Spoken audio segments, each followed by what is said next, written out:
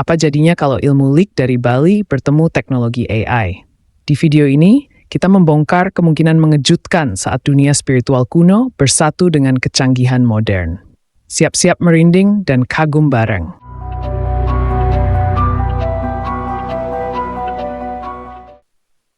Kamu pernah bayangin nggak, gimana jadinya kalau leak Bali, sosok mistis yang udah ditakuti sejak zaman leluhur, tiba-tiba dapat akses ke teknologi AI? Bukan buat bikin TikTok, tapi untuk sesuatu yang mungkin jauh lebih gelap. Malam ini, kita bakal menyelam ke dunia spiritual Bali, nyentuh sisi paling misterius dari budaya Nusantara. Dan membayangkan, gimana jika dunia mistik kuno bersanding dengan teknologi tercanggih abad ini. Pegang erat karena yang bakal kita bahas, bisa bikin bulu kuduk naik meskipun kamu lagi di siang bolong. Apa itu leak Bali? Ini bukan sekadar hantu. Leak bukan cuma hantu yang muncul di film horor. Dalam kepercayaan masyarakat Bali, it's nothing short use that thin shapes. Ilmu kuno yang memungkinkan seseorang berubah bentuk, bahkan terbang di malam hari, mencari energi manusia, dan melakukan ritual rahasia. Tapi ini bukan tentang jahat atau baik doang. Di balik wujudnya yang menyeramkan, leak punya struktur, filosofi, dan aturan sendiri. Gak sembarang orang bisa jadi leak. Ada proses belajar, ada tujuan, dan ada tanggung jawab mistis yang harus dijaga. Gimana kalau semua ilmu itu dikawinkan sama teknologi AI? Teknologi AI bisa ngebaca mimpi, bisa jadi dukun. Kita tahu, AI sekarang udah bisa bikin wajah palsu, suara palsu, bahkan nulis kayak manusia. Tapi nggak semua orang sadar bahwa AI juga bisa memprediksi pola mimpi lewat gelombang otak, mengenali emosi lewat ekspresi, membaca data energi tubuh lewat biosignal. Bayangin, seorang leak yang udah ahli mengolah energi manusia dikasih alat untuk melihat aura lewat kamera AI. Atau malah pakai AI buat tracking, target energinya dengan presisi satelit. Serem kan? Simbiosis atau dominasi. Siapa yang kendaliin siapa? Kalau leak kerja bareng AI, siapa yang bakal ngendaliin siapa? Apakah sang dukun yang pegang kendali atas teknologi, atau justru teknologi yang perlahan ngambil alih, masuk ke wilayah spiritual dan bikin gangguan? Ingat, di dunia leak ada semacam kode etik tak terlihat. Tapi AI nggak punya etika kecuali yang ditanamkan. Kalau AI diajarin ritual jahat tanpa filter moral, bakal jadi mesin manipulasi spiritual yang sempurna. Efeknya buat dunia. Leak global, kebayang nggak? Ritual leak direkam, dilatih jadi dataset, lalu disebarkan via dark web atau bahkan platform video online. Bisa aja muncul AI leak, entitas digital yang paham cara memanggil energi tapi tanpa jiwa manusia. Dunia bisa punya varian leak baru yang nggak lagi terikat pada tanah Bali, tapi menyebar ke seluruh dunia lewat jaringan. Apakah ini bentuk evolusi budaya atau bencana spiritual? Adakah pertemuan mistik dan teknologi yang damai?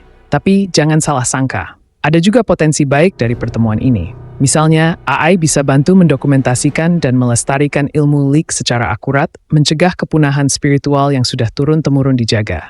AI juga bisa bantu mengenali energi negatif dalam ruang, bantu menyembuhkan lewat vibrasi, atau jadi alat bantu meditasi dalam ritual Bali. Asalkan penggunanya bijak dan sadar batas. Karena kalau enggak, teknologi cuma jadi jembatan buat kekacauan yang lebih modern, mistik. Sekarang, kita beralih ke kemungkinan yang paling gila. Bagaimana kalau ilmu leak ini digunakan buat tujuan komersil? Atau malah militer? Misalnya begini, teknologi AI sekarang udah bisa memprediksi gerakan manusia lewat kamera. Nah, bayangin kalau ada praktisi leak yang bisa mengendalikan perwujudan dirinya lewat media digital. Dengan deepfake, dia nggak perlu datang langsung buat muncul. Sosoknya bisa muncul lewat layar TV rusak, proyektor tua, atau bahkan hologram di jalan sepi. Gila nggak? Tapi tunggu, kita bukan cuma ngomongin visualisasi horor digital. Kita juga bicara soal niat di balik itu semua. Karena menurut ajaran leak, niat dan konsentrasi adalah pondasi utama dari semua praktiknya. Dan AI, meskipun dingin dan tanpa jiwa, bisa jadi katalis buat mempercepat atau memperluas pengaruh si pengguna. Algoritma bisa bantu mereka tahu kapan orang lagi rentan secara emosional, lagi sedih, lagi takut.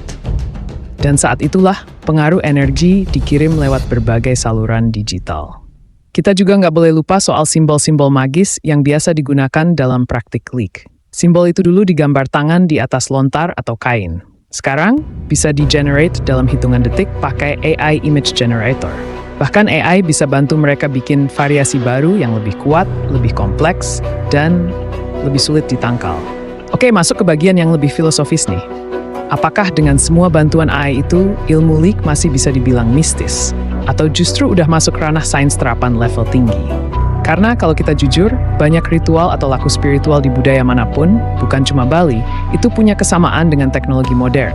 Sama-sama butuh input, niat, bahan, simbol, proses, mantra, mediasi, dan output hasilnya.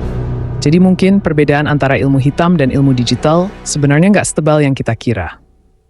Tapi, di balik semua ini, tetap ada pertanyaan penting yang harus kita pikirin bareng-bareng.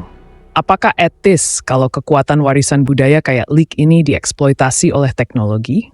Apakah semua hal yang bisa dilakukan harus dilakukan? Karena kayak pepatah Bali bilang ajek Bali, bukan cuma soal melestarikan budaya, tapi juga menjaganya dari penyalahgunaan.